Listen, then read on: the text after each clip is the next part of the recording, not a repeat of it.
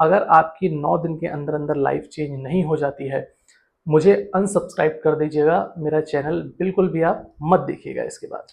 Hello दोस्तों, कैसे हैं आप सभी। नवरात्रि की आप सभी को बहुत सारी शुभकामनाएं। माँ दुर्गा आप सभी की हर प्रकार की कामनाओं की पूर्ति करें, आपको मनचाहा वर प्रदान हो, सारी मनोकामना आपकी इस नवरात्रि में पूर्ण हो, इसी तरीके की मैं आशा करता हूँ। आज जिस टॉपिक पर हम डिस्कस करने वाले हैं वो है माता रानी के 9 ऐसे उपाय या फिर ऐसी रेमेडीज, जिन रेमेडीज को यदि आप अपने घर में इन 9 दिनों के अंदर करते हैं तो इन रेमेडी से आपको एक डिजास्टर चेंज देखने को मिलेगा। आपके घर में एक अलग तरह की एनर्जी का प्रवाह शुरू हो जाएगा और ये चीज़ आप स्वयं महसूस करने लगेंगे। आप मेरे कहने पे सिर्फ और सिर्फ ये 9 दिन इन चीज़ों को करके देख लीजिए। ये 9 टिप्स जो मैं आपको बताने वाला हूँ इस वीडियो में, इनको पूरी तरीके से अच्छे से समझ के एक बार फॉलो करके देखिए। अगर आपकी 9 दिन के अंदर अंदर लाइफ चेंज नहीं हो जाती है, मुझे अनसब्सक्राइब कर दीजिएगा। मेरा चैनल बिल्कुल भी आप मत देखिएगा इसके बाद। तो दोस्तों, रेमेडीज़ का मतलब स्पेशल थेरेपीज़ होता है। जनरली हम कई बार ये सोचते हैं कि जब हमें कोई प्रॉब्लम्स आएँ उसी समय हमें रेमेडीज़ करनी चाहिए, लेकिन ऐसा बिल्कुल भी नहीं है। रेमेडीज़ उस समय के लिए भी हम कर सकते हैं जब हमें हमारे घर के अंदर कुछ पॉजिटिव एनर्जीज़ को अट्रैक्ट करना हो। उन चीज़ों में उपयोग होने वाली क्रियाओं को भी हम रेमेडीज़ की श्रेणी में लेते हैं। आज हम जो 9 रेमेडीज़ की बात करने वाले हैं उसमें एक स्पेशल रेमेडी का मैं जिक्र करने वाला हूँ। 6th नंबर की वो रेमेडी होने वाली है, तो पूरा वीडियो देखिए और स्पेशली 6th नंबर की जो रेमेडी है वो आपको अवश्य करनी है। ये आपको 100% बेनिफिट भी देगी और इसका फ़ायदा आप अपने जीवन में हमेशा देखेंगे, इस बात की मेरी गारंटी है। बिना किसी देरी के ये 9 टिप्स वाला जो वीडियो है हम स्टार्ट करते हैं। उम्मीद करता हूँ ये वीडियो आप लोगों के बहुत काम आएगा। इस वीडियो को देखने के बाद जो मैंने रेमेडीज़ आप लोगों को बताई है, यदि आप वो कर लेते हैं तो जो बेनिफिट आप लोगों को मिलेगा, मुझे 9 दिन के बाद आइए इसी वीडियो में और कमेंट्स करके बताइए।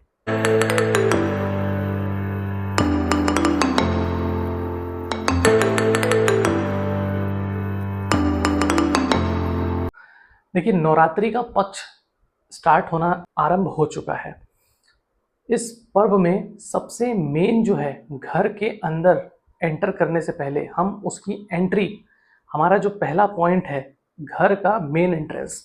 नवरात्रि के दिनों में हम घर के मेन एंट्रेंस को किस तरीके से अच्छा बना सकते हैं, तो सबसे पहले हम क्या कर सकते हैं, हमारे घर के मेन एंट्रेंस पे साफ सफाई हमको पूरी तरीके से करनी है। शू रैक हटा दीजिए, वहाँ पे जितना आप क्लीननेस इन्वायरमेंट क्रिएट कर सकते हैं वो करने की कोशिश कीजिए। उसी में आप क्या इन्हेंस कर सकते हैं, आप कुछ फ्लावर डेकोरेशंस कर सकते हैं। आप आम के पत्तों से जो एक माला बनाई जाती है जिसको तोरण बोला जाता है, हम उसको उपयोग में ले सकते हैं और हमारे मेन एंट्रेंस में आम के पत्तों की तोरण लगा के स्वागत कर सकते हैं माँ लक्ष्मी का, माँ दुर्गा का, 9 दुर्गाओं का। इसके साथ ही हम रंगोली का प्रोविजन कर सकते हैं। यदि हम बहुत ही अच्छे तरीके से रंगोली नहीं भी बनाना जानते हैं तो भी कोई दिक्कत नहीं है। जैसी रंगोली हम बना सकते हैं, नहीं बना सकते तो हम कुछ चिन्ह बना सकते हैं, कुछ ऐसे अट्रैक्टिव प्रतीक बना सकते हैं रंगोली के रूप में, जो भी हमारे लिए बहुत लाभकारी है। हम अपने सेकंड टिप्स और सेकंड रेमेडी की तरफ चलते हैं। जो सेकंड टिप्स है वो है सी सॉल्ट या फिर सॉल्ट थेरेपी। सॉल्ट थेरेपी का मतलब होता है कि जो सॉल्ट है वो अपने आप में नेगेटिव एनर्जीज को घर के अंदर से भगाने का सबसे अच्छा मार्ग है। एकदम स्पेशल उपाय बता रहा हूँ। उपाय ऐसा है कि आप अपने पूरे घर के हर कोने में, जैसे कि यदि आपके यहाँ पे एक बेडरूम है, किचन है, तो उनके जो चारों कोने हैं, उन चारों कोने में आपको सी सॉल्ट, समुद्र का जो खारा नमक होता है या फिर रॉक होता है, खड़ा नमक भी हम जिसको बोलते हैं, इस तरीके के नमक को हम थोड़ा सा चूरे के फॉर्म में कर लेंगे और हम चारों कॉर्नर पे सुबह के टाइम पे या शाम के टाइम पे, जैसे कि हमने उसको छोड़ दिया 12 घंटे या 24 घंटे के लिए, हमको कॉर्नर्स पे छोड़ना है ताकि आपके पूरे घर की या उस पूरे कमरे की जो निगेटिव एनर्जी है उस एनर्जी को वो सॉल्ट रॉक अपने अंदर अट्रैक्ट कर ले। अर्ली मॉर्निंग या नेक्स्ट डे जब भी आप उठते हैं तो उसके बाद जो आपके घर में एक पोछा या झाड़ू का जो प्रोविजन होता है, खासकर पोछे का रीज़न ये है कि यदि आप पोछे में जो पानी होता है उस पानी में वो अच्छी तरीके से घुल जाता है, तो घुलने के बाद में जब आप पूरे घर में उसको अच्छे से साफ करेंगे तो पूरी एनर्जी को वो समेटता हुआ बाहर निकलेगा। तो हमको पहले तो सी सॉल्ट को उपयोग करना है, सेकेंडली उसको पोछे के थ्रू हमको अपने पूरे घर से बाहर लेके जाना है। ये हमारी सेकेंड रेमेडी थी। चलते हैं हम नेक्स्ट हमारे थर्ड पॉइंट। देखिए, थर्ड जो रेमेडी है इसको हम दो तरीके से समझ सकते हैं। पहला तो मेटल थेरेपी बोल सकते हैं या फिर साउंड थेरेपी बोल सकते हैं। हमारे पूरे के पूरे 9 दिन के अंदर जो हमारे कान हैं वो अनकॉन्शियसनेस तरीके से हमारे बॉडी के अंदर, हमारे घर के अंदर कुछ एनर्जीज को प्रोड्यूस कर सकते हैं। वो किस तरीके से होगा? आप अपने घर में म्यूजिक के थ्रू उन साउंड्स को क्रिएट कर सकते हैं। आप कुछ अच्छे भजन सुन सकते हैं। अगर आप ऐसा नहीं कर सकते तो कुछ मेटल से रिलेटेड साउंड्स को आप अपने पूरे घर में चलने दीजिए, बजने दीजिए, सराउंडिंग में फैलने दीजिए उनके वाइब्रेशंस को। अगर ये नहीं कर सकते हैं तो आप विंड चेन्स आती हैं, उनको आप अपने विंडोज़ पे, डोर पे लगा सकते हैं। उनकी एनर्जीज भी काफ़ी अच्छी होती है। जब हवा चलेगी उसमें से जो साउंड निकलेगी, ये कंटिन्यूसली जब आप 9 दिन तक सुनेंगे तो ऑटोमेटिकली आपका मन हल्का होना स्टार्ट हो जाएगा। आपको एक पॉजिटिव फीलिंग आना स्टार्ट हो जाएगी। ये आपको बहुत हेल्प करेगा। तो ये था हमारा पॉइंट नंबर 3। अब चलते हैं पॉइंट नंबर 4। देखिए, पॉइंट नंबर 4 जो है वो सभी के लिए नहीं है, सब कर भी सकते हैं, लेकिन इसको करने के कुछ नियम हैं। उन नियमों का यदि आप पालन कर सकते हैं तो अवश्य करिए। मैं पूरी पूरी उम्मीद करता हूँ कि आप ज़रूर इस विधि को करेंगे। इस विधि का नाम है कलश विधि। कलश विधि अक्सर हम देखते हैं कि कुछ हमारे आसपास के जो बड़े या पुराने मंदिर होंगे, दुर्गा माँ के मंदिर होंगे या और भी जो देवियाँ हैं, 9 देवियों में जो प्रसिद्ध मंदिर हैं, वहाँ पर जोत जलाने का एक नियम होता है। और कुछ लोग इसी तरीके से अपने घर में भी जोत प्रज्वलित करते हैं, जोत रखते हैं।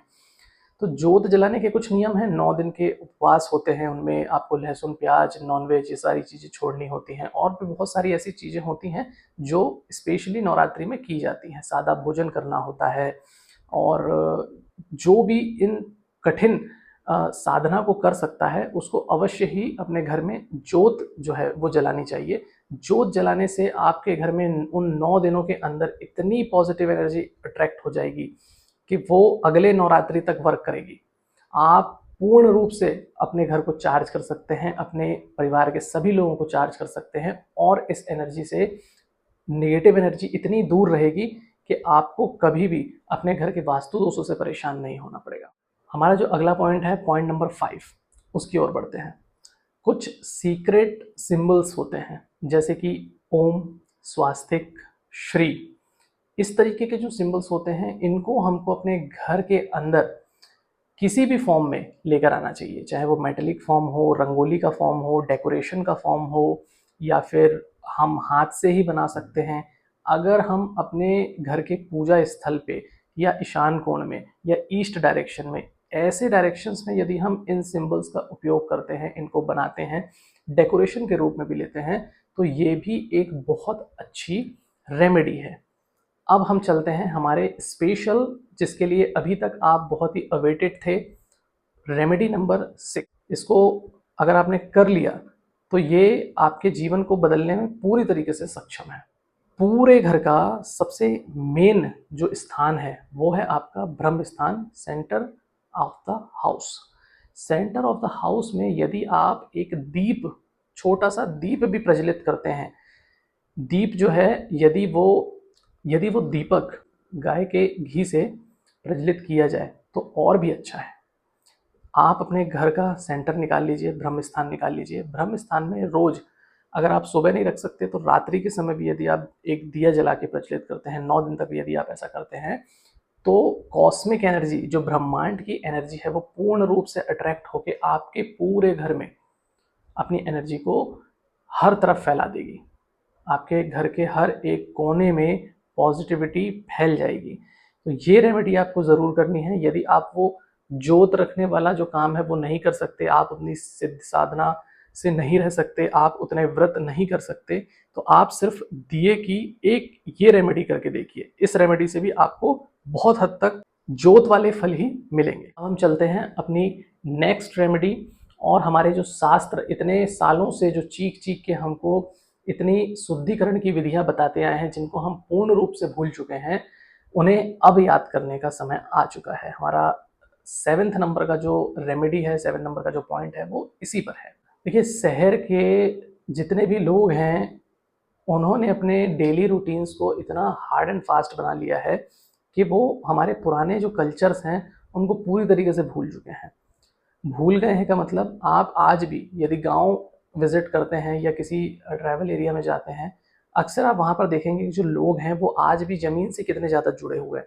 उनके लिए गौमूत्र या गोबर ये कितना इम्पोर्टेंट रोल प्ले करता है उनकी डेली लाइफ में। तो हम क्यों इन चीज़ों को यूज़ करने से शर्माते हैं? हम क्यों कंडे अपने घर में नहीं जलाते? हम क्यों गौमूत्र का स्प्रिंकलिंग पूरे घर में क्यों नहीं करते? तो जो हमारा पॉइंट है वो इसी पे है। हमको अपने ईशान कोण में यदि हम उसको गोबर से लीपते हैं, गाय के गोबर से, या फिर गौमूत्र का छिड़काव करते हैं, स्प्रिंकलिंग करते हैं, इससे पूरे पूरे बैक्टीरिया, आपके घर के अंदर आने वाली हर तरीके की नेगेटिव एनर्जी और स्वयं गौ माता का आशीर्वाद, आपको सब कुछ मिलेगा सिर्फ एक ये छोटे से काम करने से। तो बिल्कुल भी आप इन चीज़ों में शरमाइए मत। ये हमारा शास्त्र है, ये हमारी धरोहर है। इस धरोहर को हमें ही आगे लेकर जाना है। हमारे आने वाली आगे की नेक्स्ट जो जनरेशन है, उसको हमको ट्रांसफ़र करना है। जब तक हम ये करेंगे नहीं, तो हमारी जनरेशन देख के हमसे सीखेगी क्या? तो ये ज़रूर करिए इस नवरात्रि, और पॉजिटिव फल पाने के लिए तैयार हो जाइए। रेमेडी नंबर 8, अक्सर इस रेमेडी को सभी लोग करते भी हैं और ये करना भी चाहिए, क्योंकि कन्या भोज या ब्राह्मण भोज ये अपने आप में एक बहुत ही पुण्य का काम है। कन्या भोज, जैसे कि नौ दुर्गा, जो लोग नौ दुर्गा का उपवास करते हैं, वो अक्सर अपने आखिरी जो दिन होता है उनका 8वां दिन या फिर 9वां दिन जिसमें अर्घ दिया जाता है, उसमें 9 कन्या भोज का कार्यक्रम करते हैं। ये बहुत ही शुभ काम है, ये आपको करना ही चाहिए। साथ ही साथ आप ब्राह्मण्स को भी साथ में खाना खिला सकते हैं, भोजन करा सकते हैं। ये आप करके देखिए, इससे आपका मन संतुष्ट होगा, मन में शांति आएगी, बरकत होगी। जितना आप लोगों के लिए कल्याणकारी गतिविधियां करेंगे पूरे मन से, पूरी श्रद्धा से, आपको कहीं ना कहीं उसका फल अवश्य मिलेगा। हमारा लास्ट और 9वां पॉइंट जो है वो है दान दक्षिणा, डोनेशन। आप अपने अड़ोस पड़ोस में, आजू बाजू कहीं पे भी कोई ऑर्फनेज है या कोई ओल्ड एज होम है, कोई गाय की सेवा कर सकता है। जिस तरीके का भी डोनेशन आपके द्वारा किया जाएगा, वो पूरे नवरात्रि के फलों में सबसे उत्तम माना जाता है। यदि आप किसी भूखे का पेट भरते हैं, यदि आप किसी भी ऐसे व्यक्ति को कपड़ा दान देते हैं जिसके पास ओढ़ने के लिए कपड़ा नहीं है, कुछ कुछ शहरों में अभी ठंड भी धीरे धीरे आना स्टार्ट हो जाएगी, यदि आप किसी को शॉल डोनेट करते हैं, किसी को आप गद्दे डोनेट करते हैं, किसी धर्मशाला में कुछ डोनेट कर सकते हैं। आप अपनी हैसियत के हिसाब से, आपका पॉकेट जितना अलाउ करता है, अगर आप 100 रुपये से भी डोनेशन शुरू करते हैं तो ये भी एक डोनेशन में ही काउंट होगा। आप, ज़रूरी नहीं है कि आपके पास बहुत पैसा होना चाहिए, आप जब तक 50,000, 60,000, 1 लाख रुपए का डोनेशन नहीं करेंगे तो उसको डोनेशन काउंट नहीं होगा। ऐसा बिल्कुल भी नहीं है। तो आपको डोनेशन करते रहना है। कोशिश करिए कि 9वें दिन तो कम से कम हम, हमारे हाथ से जितना डोनेशन हो सके, जितने लोगों की सेवा हो सके, वो हमें करनी चाहिए। तो ये थी आज इस वीडियो को बनाने की पूरी कहानी। ओवरऑल ये 9 रेमेडीज़ आपको कैसी लगी या 9 टिप्स आपको कैसी लगी, मुझे कमेंट्स में बताइए। वास्तु से रिलेटेड इसी तरीके के वीडियोस मैं कंटिन्यूसली डालता रहता हूँ। जो जो आपके मन में डाउट्स आते हैं वास्तु से संबंधित, आप मुझे कमेंट्स में बताइए। हर एक कमेंट्स का इंडिविजुअली मैं रिप्लाई देने की पूरी कोशिश करता हूँ। उम्मीद करता हूँ कि मैंने आप लोगों का जो भी समय लिया होगा ये बहुत वैल्यूएबल होगा। इसी तरीके के वीडियोस के लिए लाइक करें, सब्सक्राइब करें। मिलते हैं अगली वीडियो में। Thank you.